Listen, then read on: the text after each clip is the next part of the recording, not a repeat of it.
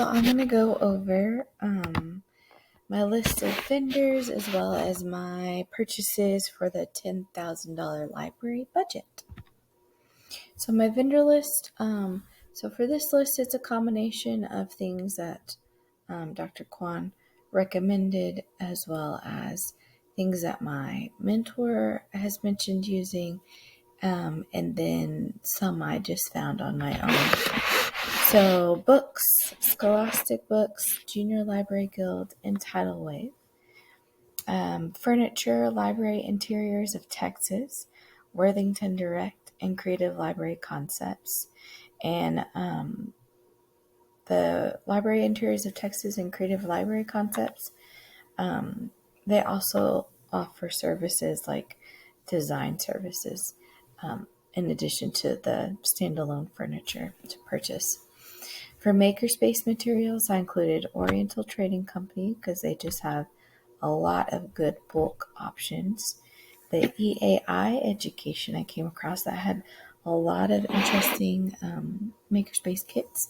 And then Mac and Maker. I came across that too, and I thought it was a great resource. They had a lot of things already curated and collected and some cool kits. So for supplies or decoration, I included Demco because that's seemed like a really good source for all of these, but definitely for supplies.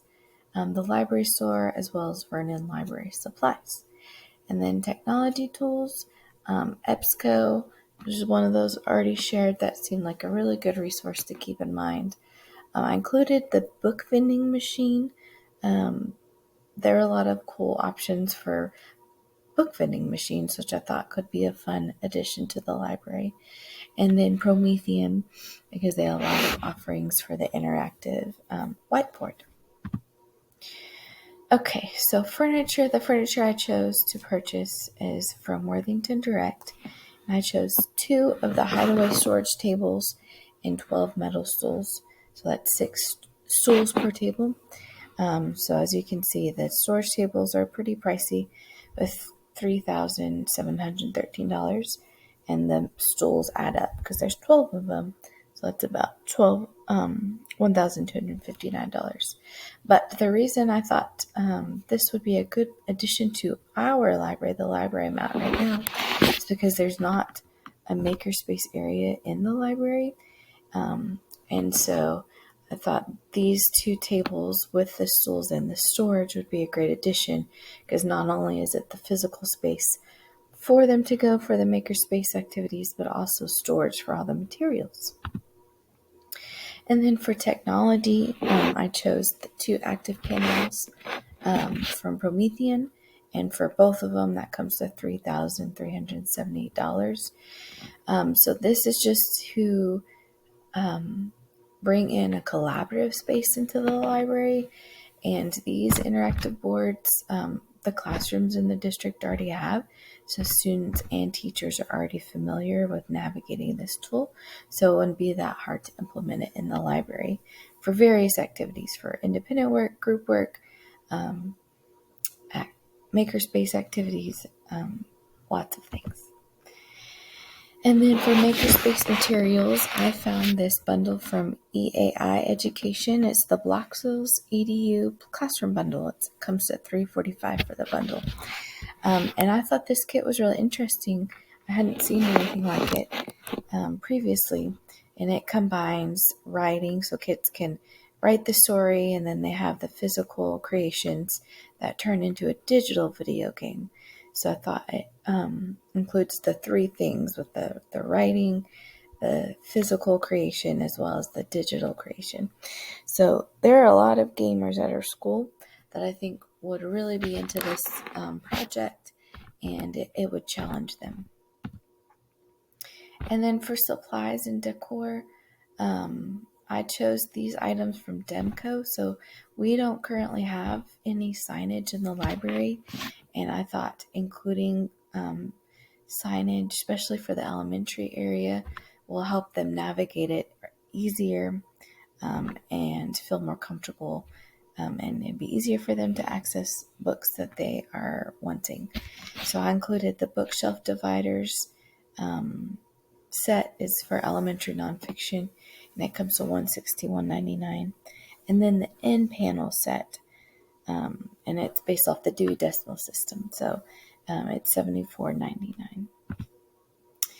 And then for books, I chose a collection of books. I used Tidal Wave to do it, but our librarian is working on building up the graphic novel section because she's noticed the high interest, especially in our high school and upper middle school section of the library. There's a small section of graphic novels, and they're constantly being checked out because the kids love them. They really want to read them. And so I went through and curated a list of graphic novels from Tidal Wave. So here are some of the titles. So I try to look at a variety of genres and subjects. So there's some more like scary. So like there's the Goosebumps, there's realistic fiction, Parachute Kids, illegal. That's more nonfiction. Four Eyes, the Amulet book series. That's a fantasy series. Crossover. Those are some graphic novel adaptations of Alexander Kwame's. Kwame Alexander's really good books. There's the Enola Holmes book series. That's a TV series, so that could bring some readers' attention. Long Way Down, that's a great book, and the graphic novel. The New Kid set, there's 3 of them now. The Olympian book series, I have a lot of my kids who want to go back to Rick Gordon's books. They like the mythology and all that. So that's why I included the Percy Jackson as well.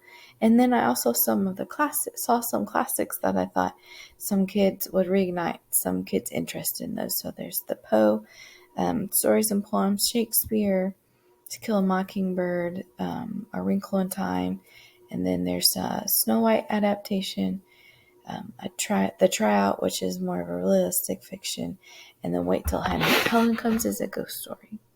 So that's my list of graphic novels I would get, and that came to $1,060. So the grand total for all of these, I got to $9,993.82.